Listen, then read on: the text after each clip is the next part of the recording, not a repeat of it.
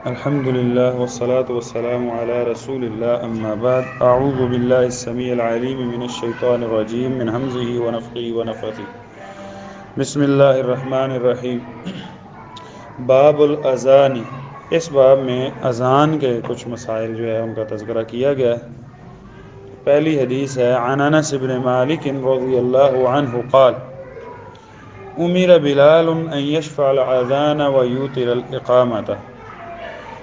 پہلی حدیث سیدنا انس بن مالک رضی اللہ تعالی عنہ سے ہے۔ وہ بیان فرماتے ہیں کہ امر بلال، سیدنا بلال رضی اللہ تعالی عنہ کو حکم دیا گیا ان یشفع الاذان، کہ وہ اذان ڈبل الفاظ کے ساتھ گئیں۔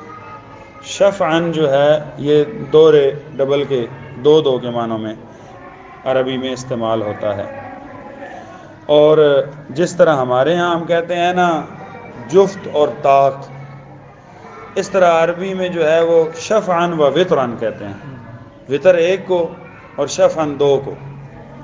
تو اس لحاظ سے سیدنا انس فرماتے ہیں کہ سیدنا بلال کو حکم دیا گیا۔ اب یہاں پر حکم دینے والے کون ہیں؟ وہ خود رسول اللہ صلی اللہ علیہ وسلم ہیں، گو کہ یہاں پر فعل مجہول کا صیغہ ہے کہ کسی نے حکم دیا یا حکم دیا گیا، تو مراد جو ہے وہ یہ ہے کہ دینے والے رسول اللہ صلی اللہ علیہ وسلم تھے، کیونکہ آپ صلی اللہ علیہ وسلم خود موجود تھے اور آپ صحابہ کو احکام شریعت خود سے بتاتے تھے کہ یہ کام اس طرح کرو، یہ اس طرح کرو، یہ اس طرح کرو۔ کہ ان یشفع الاذان، کہ اذان جو ہے وہ دوہری کہو، ویوتر الاقامہ، اور اقامت اکہرے الفاظ کے ساتھ کہو۔ تو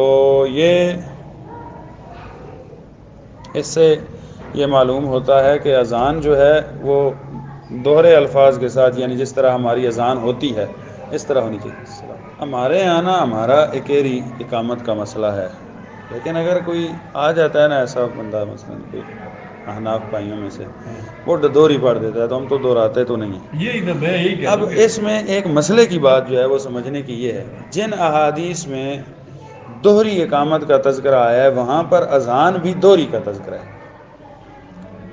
اذانیں دو ثابت ہے نا رسول اللہ صلی اللہ علیہ وسلم سے۔ وہ ایک سیدنا ابو مخزورہ رضی اللہ تعالیٰ عنہ سے ہے، صحیح مسلم میں آتی ہے۔ وہ مکہ میں تھے، بچے سے تھے، وہ خود بتاتے ہیں کہ میں چھوٹا سا تھا، تو ایک دن نا مکہ میں اذان ہو رہی تھی نماز کے لیے، فتح مکہ کے دنوں کی بات ہے، تو میں نے نا نقل کر لگانا شروع کر دیا، اور بچوں نے بھی نقل لگانا شروع کر دی، تو میں نے بھی، اللہ کے نبی صلی اللہ علیہ وسلم نے سن لیا نا کہ یہ، تو آپ نے نا آ کے پھر پوچھا، تو ساروں سے اذان سنی یا پوچھا، تو مجھے پھر سلیکٹ کیا اور بلایا، اور پھر مجھے اذان سکھلائی آپ صلی اللہ علیہ وسلم نے خود۔ تو وہ چورے الفاظ ہیں، یعنی ایک دفعہ جو ہے وہ اشہد ان محمد رسول اللہ تک پڑھنے کے بعد پھر اشہد اللہ الہ الا اللہ، اشہد اللہ الہ الا اللہ، اشہد ان محمد رسول اللہ، اشہد ان محمد رسول اللہ، یعنی یہ چار بار الفاظ ہیں۔ تو اس اذان کے ساتھ جو اقامت آئی ہے نا وہ پھر یہ دوہری ہے، یعنی اس اذان کے اعتبار سے پھر بھی یہ اکیری ہے، لیکن الفاظ کے اعتبار سے دورے الفاظ ہیں، کیونکہ وہ یعنی چار بار ہے تو یہاں پر آپ دو بار کہیں گے۔ مسئلہ یہ ہو گیا کہ ہمارے ہاں خلط مبحث ہو گئی، یا خلط ملط بات اس طرح ہوئی کہ انہوں نے دوہری اقامت اس اذان کے ساتھ والی لے لی، اور اذان جو ہے یہ والی لے لی۔ جس بھی حدیث میں سیدنا بلال رضی اللہ تعالیٰ عنہ کی جو اذان ہے اس کی جو اقامت ہے وہ کیری ہے، وہ دوہری کہیں بھی ثابت نہیں ہے، صرف یہ ایک خلط ہے۔ لیکن اس میں بھی اب ہمارے ہاں مسئلہ یہ ہو جاتا ہے، جو اصل بنیادی مسئلہ اختلافات کے اندر اختلافات کا، اور اس کے حل میں ایک بہت بڑی رکاوٹ ہے، وہ ہے تقلید کا۔ چونکہ تقلید اس معنی کے اندر جو ہے نا وہ کی جاتی نا، یعنی کہ یار ٹھیک ہے ہم اہل علم کی آراء کو ہی دیکھتے ہیں، لیکن جہاں پر کسی اہل علم کی بات جو ہے وہ کتاب و سنت کی کسی نص سے ٹکراتی محسوس ہوگی تو ہم اس کو چھوڑیں گے، اس معنی میں ہوتی تو پھر چھوڑ دیا جاتا۔ مطلب ٹھیک ہے یہاں پہ بات آ گئی، ایک عالم سے غلطی ہو گئی نا، اس نے دوہری اذان والی اقامت گہری اذان والی اقامت کے اس کے ساتھ جوڑ دی، تو ان سے غلطی ہو گئی، تو ہم تو یہ غلطی نہ دہرائیں نا، ویسے اذان اقامت کے معاملے میں جو صحیح، اگر ساری روایات کو سامنے رکھ کر صحیح بات کی جائے نا، تو وہ یہی ہے کہ اقامت جو ہے وہ اس اذان بلالی اذان جو ہے اس کی اقامت اٹھیری ہے، ساری روایات کو سامنے رکھا جائے۔ اس معاملے میں تھوڑا سا نا ڈھیلی بات بھی کئی دفعہ پھر کہہ دی جاتی ہے نا، جس سے یہ مسئلہ بنتا ہے، یعنی کہ آپ اگر سارے دلائل دیکھیں نا، کوئی دلائل اتنے زیادہ ہیں بھی نہیں نا کہ ہم نے بہت کتابوں کو کھنگالنا ہے۔ آخر کتابیں ہمارے سامنے، سارے دلائل سامنے رکھ کر، اقامت اور اذان کو سامنے رکھ کر یہ بات سمجھی جائے تو سمجھ میں آ سکتی ہے، اتنا مسئلہ نہیں ہے۔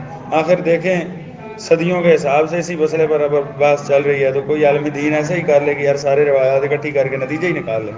سیدنا ابو جحیفہ وہب بن عبداللہ السوائی رضی اللہ تعالی عنہ سے یہ حدیث ہے، وہ بیان فرماتے ہیں کہ اتیت النبی صلی اللہ علیہ وسلم، میں نبی صلی اللہ علیہ وسلم کے پاس آیا، فی قبۃ لہ حمراء من ادم، آپ ایک قبے کے اندر، ایک خیمے کے اندر تھے جو سرخ رنگ کا چمڑے سے بنا ہوا تھا، یعنی کسی جانور کا چمڑا، اس سے وہ خیمہ گاڑا گیا تھا، چمڑے کا تھا، جس طرح ہمارے ہاں ٹاٹ کے خیمے ہوتے ہیں نا۔ اور یہ جو ہے وہ نبی صلی اللہ علیہ وسلم کسی اس میں تھے، سفر کی حالت میں تھے۔ قال فخرج بلال بوضوء، سیدنا بلال رضی اللہ تعالی عنہ وضو کا پانی لائے، فمن نازح و نائل، صحابہ وہ وضو کا پانی ان سے لے کر وضو کرنا شروع کر دیا نا، تو فمن نازح، کچھ صحابہ ایسے تھے جو تھوڑا تھوڑا پانی لے رہے تھے وضو کا، یعنی محض جسم مل رہے تھے، ونائل، اور کچھ صحابہ ایسے تھے جو زیادہ پانی کے ساتھ وضو کر رہے تھے، سارے اپنی اپنی طبیعت کے مطابق۔ قال فخرج النبی صلی اللہ علیہ وسلم، اتنے میں نبی صلی اللہ علیہ وسلم اپنے اس قبے سے باہر آئے، خیمے سے، علیہ حلۃ حمراء، آپ صلی اللہ علیہ وسلم نے سرخ رنگ کی قمیض یا جبہ پہنا ہوا تھا، کانی انظر الی بیاض ساقیہ، جیسا کہ آج بھی میں نبی صلی اللہ علیہ وسلم کی پنڈلیوں کی سفیدی دیکھ رہا ہوں۔ ساق ایک پنڈلی کو کہتے ہیں نا ساقن، اور ساقی دو پنڈلیوں کو۔ اس سے یہ بھی معلوم ہوتا ہے کہ نبی صلی اللہ علیہ وسلم نے کس رنگ کا جبہ پہنا ہوا تھا؟ سرخ رنگ کا، جبکہ وہ سفیدی پنڈلیوں کی کیا دیکھ رہے ہیں؟ سفیدی، یعنی نبی صلی اللہ علیہ وسلم کی جو شلوار تھی یا وہ جبئی اگر نیچے تک تھا تو وہ پنڈلیوں سے اوپر تھا، تبھی تو پنڈلیوں کی سفیدی انہیں نظر آ رہی تھی۔ تو آپ صلی اللہ علیہ وسلم کی جو حدیث ہے نا، کہ آپ نے فرمایا کہ اگر تم اپنی شلوار یا چادر کو اوپر رکھ سکو تو بہترین یہ ہے کہ آدھی آدھی پنڈلی تک اوپر اٹھا کر، سب سے اچھا لباس یہ ہے کہ آپ آدھی پنڈلی تک، یہاں تک اپنی جو ہے وہ شلوار کو اٹھا لو، نہیں تو پھر لٹکا لو تھوڑا نیچے تھوڑا نیچے۔ آخری حد یہ ہے کہ یہ ٹخنوں کے اوپر جو ہے یہ ہونی چاہیے، یہ مرد کا لباس ہے، ٹخنوں سے اوپر یہ آخری حد ہے، اس سے نیچے لٹکائے گا تو سنن نبی داؤد کی حدیث ہے کہ وہ تکبر شمار ہوگا۔ یہ بعض لوگ جو کہتے ہیں نا کہ تکبر کے بغیر ہو تو جائز ہے اور تکبر کے ساتھ ہو تو ناجائز ہے، تو اس میں یہ فرق ملحوظ رکھنا چاہیے کہ ایک حدیث ہے سنن نبی داؤد کی، اس میں اللہ کے نبی صلی اللہ علیہ وسلم نے باقاعدہ نام لے کے فرمایا کہ کوئی بھی آدمی جو شلوار کو ٹخنوں سے نیچے لٹکاتا ہے تو یہی تکبر ہے۔ وہ کہتا رہے کہ میں تکبر نہیں کرتا، تکبر نہیں، در حقیقت یہ تکبر ہے۔ تکبر کی علامات میں سے ہے کہ وہ ٹخنوں سے نیچے شلوار ہو۔ تو اس کو بھی، اس مسئلے کو بھی وہابی مسئلہ سمجھ لیا گیا نا ہمارے معاشرے میں۔ ہمیں سوچنے کی ضرورت نہیں ہے، ہاں جی، اس میں کہ میری نیت کیا ہے، یعنی آپ کی شلوار ٹخنوں سے نیچے جا رہی ہے، در حقیقت آپ سمجھ لیں گے۔ ہمارے ہاں جو ہے وہ اس کو ایک تو مسلکی مسئلہ سمجھ لیا گیا کہ لباس کے معاملے میں کہ نہیں جی وہ تکبر وغیرہ کا تعویل دے کر، دوسرا جو ہے وہ اسے وقتی مسئلہ بھی سمجھ لیا گیا۔ مثلا نماز کے لیے آئیں گے تو شلوار اوپر کر لیں گے، مسجد کے گیٹ سے باہر جانے سے پہلے بس نیچے کھینچ رہے ہوں گے شلوار۔ پھر یہ ہے کہ نوجوانوں کے اندر تو یہ بڑے مسائل ہوتے ہیں، مثلا کوئی شادی بیاہ ہے تو پھر شلوار ٹخنوں سے نیچے ہی جائے گی۔ اس میں ایک اور حدیث بھی ہے، اللہ کے نبی صلی اللہ علیہ وسلم نے جو فرمایا نا کہ نماز کے دوران بالوں اور کپڑوں کو نہ سمیٹو، فولڈ نہ کرو. تو اس میں ایک موقف تو یہ ہے، امام بخاری رحمہ اللہ تعالیٰ کی ابواب بندی بھی اس طرف رجحان کرتی ہے کہ انہوں نے یہ حدیث سجدے کے باب میں ذکر کی ہے. تو ایک اہل علم نے تو مسئلہ یہ بیان کیا ہے کہ آپ جو ہے وہ سجدے کو جاتے ہوئے، چونکہ کچی زمین ہوتی تھی نا، تو کچھ لوگ کپڑوں سمیٹ کے نا، تاکہ میرے گھر کم سے کم کپڑے جو ہے وہ مٹی کے ساتھ مس ہوں، خراب ہوں نہ ہوں، اور بال بھی ذرا سمیٹ لیتے تھے کہ نیچے نہ لگیں. تو جب آپ سجدہ کر رہے ہیں تو آپ اپنے کپڑوں کو بھی جتنا سجدہ کرنا چاہتے ہیں وہ کرتے ہیں نا، مطلب ان کو بھی سجدہ کرنے دیں، اپنے بالوں کو بھی سجدہ کرنے دیں، جسم کے ہر عضو کو سجدہ کرنے دیں، سمیٹے نہیں. ایک معنی تو یہ ہے. لیکن بہت زیادہ اہل علم اس طرف گئے ہیں کہ نہیں، صرف یہ سجدے کے دوران کی بات نہیں ہے بلکہ پوری نماز میں. یہی وجہ ہے کہ وہ یہ کہتے ہیں کہ آپ نے اس طرح یہ کفیں سمیٹی ہوئی ہیں تو یہ آپ کی نماز نہیں ہوگی. ہمیں حکم دیا گیا کہ کفیں اس طرح سمیٹنی نہیں. ہاں آدھا بازو ہے، وہ ہے یہاں تک تو علیحدہ بات ہے، لیکن بازو سمیٹنے نہیں ہیں. تو اس معاملے میں پھر کچھ اہل علم نے یہ بھی استدلال کیا کہ یہ جو ہم شلوار کو یہاں سے فولڈ کرتے ہیں نا اوپر نیفے سے، تو یہ بھی تو ہم فولڈ کر رہے ہیں. تو شلوار آپ کو سلائی اتنی کرانی چاہیے کہ آپ کی ٹخنوں سے اوپر ہو، فولڈ کرنے کی ضرورت محسوس نہ ہو. یہ بڑی کام کی بات ہے. تو کل پرسوں کی بات ہے، جمعہ والے دن شام کو درس تھا ادھر ترنول میں، تو شیخ عبد الباسط فہیم صاحب ادھر تھے، تو میں بھی گیا ہوا تھا. تو انہوں نے دوران گفتگو یہی بات کی کہ وہ ایک مسئلہ آیا تو یہ شلوار کو لٹکانے کا. انہوں نے کہا کہ وہ نبی صلی اللہ علیہ وسلم کی جو حدیث ہے نا صحیح مسلم وغیرہ کی، کہ جس میں آتا ہے کہ آپ نے فرمایا کہ انسان کا، کسی بندے کا جو ٹخنوں سے نیچے کپڑا ہوتا ہے تو جسم کا وہ حصہ جہنم میں جائے گا. ما اسفل من الکعبین من الازار ففی النار، کہ شلوار کا جو ٹخنا کا کعب سے، ٹخنوں سے نیچے شلوار ہوگی وہ حصہ جہنم میں جائے گا. تو جس عمل کا بدلہ یہ بتایا گیا ہو کہ اس عمل کی وجہ سے جہنم ہوگی، وعید آئی ہو، تو وہ عمل کبیرہ گناہ ہوتا ہے. ایسا کرنا پھر کیا ہے؟ کبیرہ گناہ. تو اب سوال یہ پیدا ہوتا ہے کہ ایک بندے کی شلوار بھی لمبی ہے، پینٹ لمبی ہے، وہ کیا کرے گا؟ فولڈ کرتا ہے تو یہ بھی گناہ ہے، نہیں کرتا تو پھر بھی گناہ ہے. تو انہوں نے کہا کہ فولڈ کرنا یہ چھوٹا گناہ ہے، اور جو لٹکانا ہے وہ بڑا گناہ ہے. تو بڑے گناہ کے مقابلے میں اس سے بچنے کے لیے آپ چھوٹا گناہ کر لیں.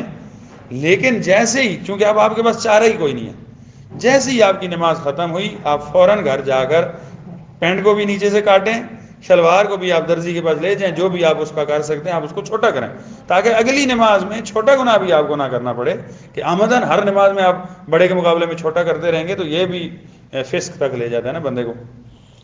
تو اس لحاظ سے یہ بہرحال ایک بات آ گئی.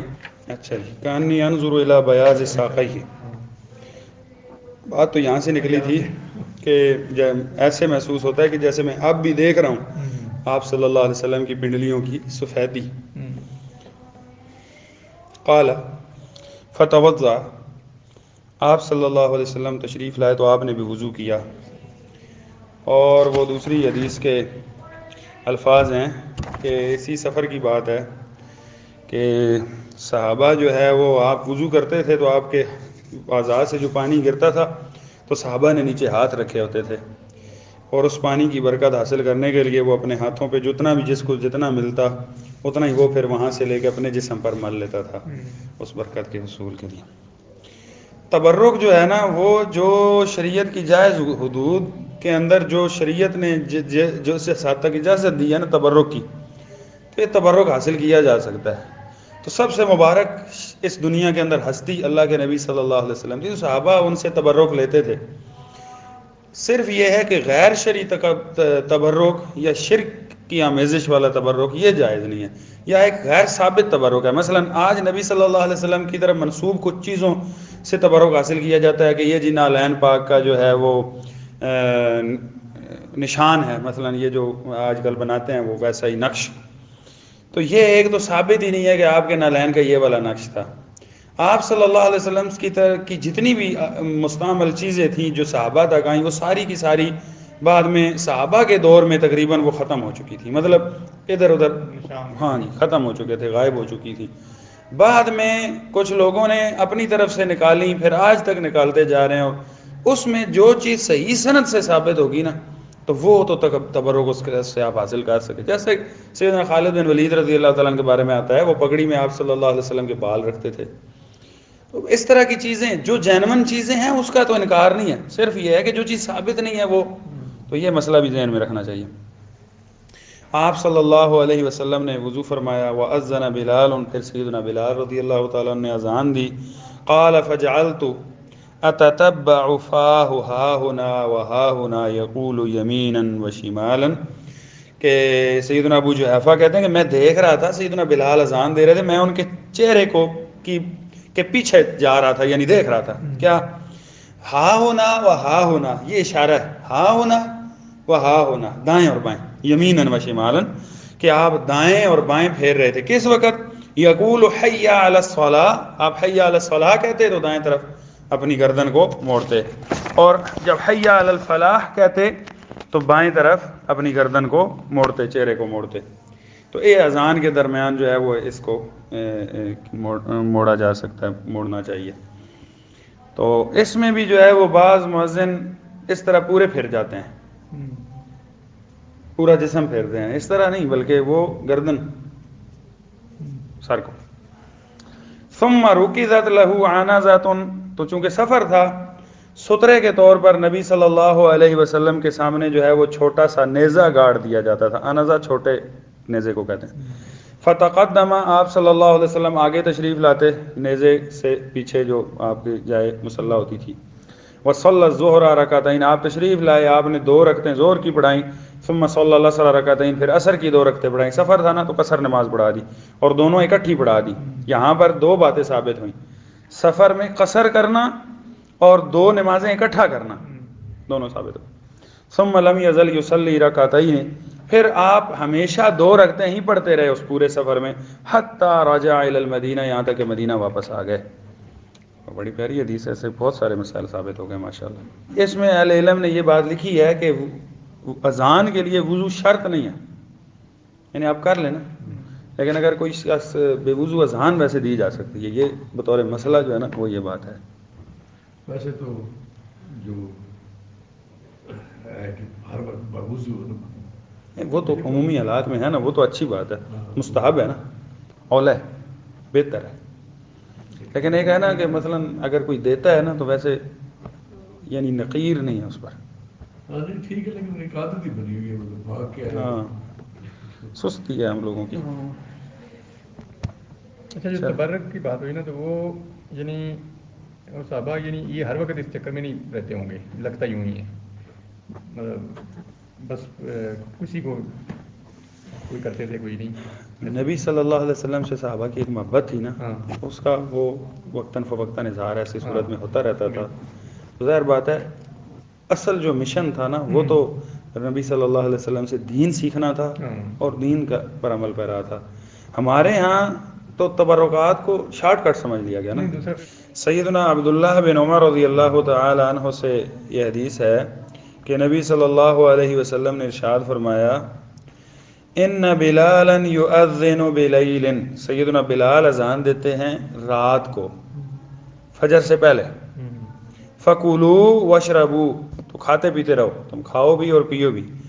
حتی تسمعوا اذان ابن ام مکتوم، یہاں تک کہ تم سیدنا عبداللہ بن ام مکتوم رضی اللہ تعالی عنہ کی اذان سن لو تو کھانا پینا بند کر دو اور روزہ، جو اسے ہم کہتے ہیں نا روزہ بند کر لو، اس کے بعد کھانا پینا یعنی بند کر لو. کیوں؟ اگلے دوسری حدیثوں کے الفاظ ہیں، کیونکہ بلال جو ہے وہ پہلی یہ 2 اذانیں نبی صلی اللہ علیہ وسلم کے دور میں ہوتی تھیں، عموماً دنوں میں بھی اور رمضان میں بھی. وہ اس لیے کہ آپ صلی اللہ علیہ وسلم جو ہے وہ پہلی اذان تاکہ جو کھانے پینے والے ہیں ان کو خیال رہے کہ ٹھیک ہے ابھی وقت رہتا ہے آپ کھا پی سکتے ہیں. پھر دوسری اذان جب فجر کی ہوتی تھی تو فجر کی اذان یعنی جیسے ہی فجر طلوع ہو گئی تو کھانا پینا آپ کا روزے کی آپ نے روزہ رکھنا ہے تو پھر بند کر دینا. تو وہ پھر یہ 2 اذانیں اس لحاظ سے ہوتی تھیں. تو سیدنا بلال جو ہے وہ رات کی اذان دیتے تھے، یعنی یہ تہجد کے وقت میں اذان دے دیتے تھے تاکہ جو لوگ جو ہے وہ جو ایک تہجد پڑھنے والا آدمی ہے نا، ایسے وقت میں ہوتی تھی تہجد پڑھنے والے پہلے جاگ جاتے تھے. ہمارے ہاں نا اس کو کہا جاتا ہے کہ یہ تہجد کی اذان ہے. تہجد کی اذان نہیں ہوتی تھی، وہ تہجد تو اس سے پہلے لوگ اٹھ جاتے تھے، یہ صرف ہاں جی عرب میں نہیں، مطلب اس کو کہا یہ کہنا کہ یہ تہجد کی اذان ہے نا، تہجد کی اذان نہیں ہے. نہیں میں حرم میں ہاں اب بھی ہوتی ہے. ہمارے بھی وہ حاجی صاحب ایک آج سے واپس آئے تو کچھ عرصہ انہوں نے شروع کی، لیکن چونکہ اس کی ڈیوٹی دینا تھوڑی مشکل ہوتی ہے اور وہ بیمار تھے، دوائی لیتے ہیں نا تو وہ کئی دفعہ نیند کا غلبہ ہو جاتا ہے تو نہیں دے پاتے. سیدنا ابو سعید خدری رضی اللہ تعالی عنہ بیان فرماتے ہیں کہ رسول اللہ صلی اللہ علیہ وسلم نے ارشاد فرمایا، اذا سمعتم المؤذن، تم مؤذن کو سنو، یعنی بعض روایات میں کہ یعنی اذان سنو، مراد تو یہ ہے، فقولوا مثل ما یقول، تو تم بھی وہی الفاظ دہراؤ جو اذان دینے والا مؤذن کہہ رہا ہے. تو یہ مکمل حدیث اس طرح ہے نا کہ مؤذن اذان دے رہا ہو تو تم بھی اس کے پیچھے الفاظ دہراؤ اذان والے. البتہ یہ ہے کہ حی علی الصلاۃ اور حی علی الفلاح یہ آپ نہ پڑھو، بلکہ ان کی جگہ لا حول ولا قوت الا باللہ کے الفاظ پڑھو. اور پھر جب اذان ہو چکے تو نبی صلی اللہ علیہ وسلم پر درود پڑھ کر اذان کے بعد والی جو دعا ہے وہ پڑھو. تو آپ صلی اللہ علیہ وسلم نے فرمایا جو ایسا کرتا ہے اس کے لیے یوم قیامت میری شفاعت جو ہے وہ جائز ہو جائے گی، یعنی وہ میری شفاعت کا حقدار ہو جائے گا. سیدنا عبداللہ بن عمر رضی اللہ تعالی عنہما بیان کرتے ہیں کہ رسول اللہ صلی اللہ علیہ وسلم جو ہے ان کا یہ معمول تھا، کان یسبح علی ظہر راحلتہ، وہ اپنی سواری کی پیٹھ کے اوپر جو ہے وہ نفل پڑھ لیتے تھے. حیث کان وجہہ، اگرچہ سواری کا منہ جس طرف بھی ہو جاتا. یؤمی برأسہ، آپ اپنے سر کے اشاروں سے رکوع سجدے کا اشارے کر لیتے تھے. وکان ابن عمر یفعل، اور سیدنا عبداللہ بن عمر رضی اللہ تعالیٰ عنہ بھی اسی طرح کرتے تھے. تو وفی روایت، ایک روایت کے الفاظ ہیں کان یوتر علی بعیرہ، کہ اپنے اونٹ پر جو ہے وہ وطر بھی پڑھ لیتے تھے. ولمسلم غیر انہ لا یصلی علیہ المکتوبہ، صحیح مسلم کی روایت کے الفاظ یہ ہیں کہ آپ فرض نماز نہیں پڑھتے تھے، اس پر نفل پڑھتے تھے. وللبخاری الا الفرائض، اور صحیح بخاری کے الفاظ یہ ہیں کہ آپ نمازیں پڑھتے تھے الا الفرائض، سوائے فرض نمازوں کے. تو فرض نماز جو ہے وہ آپ نہیں پڑھتے تھے. اس میں سواری پر جو ہے نا وہ نماز پڑھی جا سکتی ہے لیکن فرض نہیں پڑھی جا سکتی، نفل پڑھے جا سکتے. اس میں یہ ہے کہ اس میں سواری کا جو ہے نا وہ جب شروع کرتے تھے نا، وہ دوسری روایات میں اس طرح ثابت ہے کہ جب شروع کرتے تھے تو قبلے کی طرف منہ کر کے نا سواری کو کھڑا کرتے اور نماز شروع کر لیتے، پھر چلا دیتے.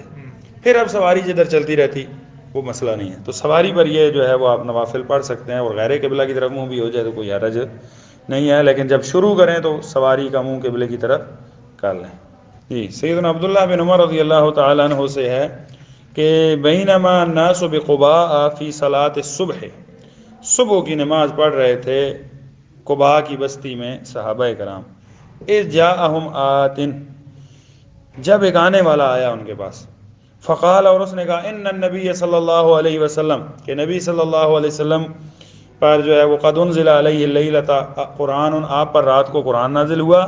وقد امر ان یستقبل القبلہ، اور آپ کو حکم دیا گیا کہ آپ قبلے کی طرف یعنی کعبہ قبلہ بنا لینا تو اس کی طرف منہ کر لیں. تو فاستقبلوا، لہذا لوگوں تم بھی اب کعبے کی طرف منہ کر لو. وکانت وجوہہم الی الشام، پہلے تو وہ بیت المقدس کی طرف صحابہ منہ کر کے نماز پڑھتے تھے تو ان کا ملک شام کی طرف جو ہے وہ منہ تھا. فاستداروا الی الکعبہ، تو وہ کعبہ کی طرف مڑ کر بیٹھ گئے، انہوں نے منہ کر لیا. تو یہ میرے خیال میں غالباً 90 ڈگری جو ہے نا وہ الٹ بنتا ہے، یعنی شام سے چینج جو ہے نا وہ 90 ڈگری تھا، تو وہ نماز کی حالت میں ہی ہو گئے تھے. بعض روایات میں عصر کی نماز کا وقت آتا ہے، اس میں صبح کا ہے. بہرحال واللہ اعلم. اگلی حدیث سیدنا انس بن سیرین رضی اللہ عنہ سے. سیدنا انس بن مالک اور انس بن سیرین یہ علیحدہ صحابی ہیں. سیدنا انس بن سیرین بیان فرماتے ہیں قال استقبلنا انسا، ہم نے سیدنا انس رضی اللہ تعالیٰ عنہ کا استقبال کیا، حین قدم من الشام، جب وہ شام سے ہمارے پاس تشریف لائے. فلقیناہ بعین التمر، ہماری ان سے ملاقات عین تمر پر ہوئی. عین تمر جو ہے وہ ایک چشمہ ہے، شہر سے باہر نکل کر ہوگا. فرأیت یصلی علی حمار، تو جب ہم آگے گئے نا تو وہ آ رہے تھے گدھے پر سوار ہو کے، تو وہ گدھے پر نا پڑھ رہے تھے، نماز پڑھ رہے تھے. ووجہہ من ذی الجانب، اور ان کا چہرہ جو ہے وہ قبلے کی طرف نہیں تھا. بلکہ یعنی ان یسار القبلہ، قبلہ کے تو کچھ بائیں طرف سے ہٹ کر تھا، یعنی ہمارا قبلہ اگر اس طرح بن رہا ہے تو وہ اس طرف تھا ان کا تھوڑا. فقلت، تو یہ سیدنا انس کہتے ہیں کہ میں نے کہا ان کو کہ رأیتک تصلی لغیر القبلہ، کہ میں آپ کو دیکھ رہا ہوں آپ تو قبلے کی طرف منہ کر کے نماز ہی نہیں پڑھ رہے. نماز تو قبلے کی طرف منہ کر کے پڑھنی چاہیے اور آپ سواری پر ہیں لیکن قبلے کی طرف منہ نہیں ہے. تو انہوں نے کہا، سیدنا انس رضی اللہ تعالیٰ نے کہا کہ لولا انی رأیت رسول اللہ صلی اللہ علیہ وسلم یفعلہ لم افعلہ، اگر میں نے اللہ کے نبی صلی اللہ علیہ وسلم کو اس طرح کرتے ہوئے نہ دیکھا ہوتا تو میں کبھی بھی اس طرح نہ کرتا. لیکن میں نے دیکھا اللہ کے نبی اس طرح کر رہے تھے کہ نماز شروع کی انہوں نے، اور پھر جو ہے وہ نماز شروع کرنے کے بعد انہوں نے قبلے کی طرف منہ کیا ہوا تھا سواری کا، پھر آگے سواری جس طرح چلتی رہی تو آپ نوافل پڑھتے رہے.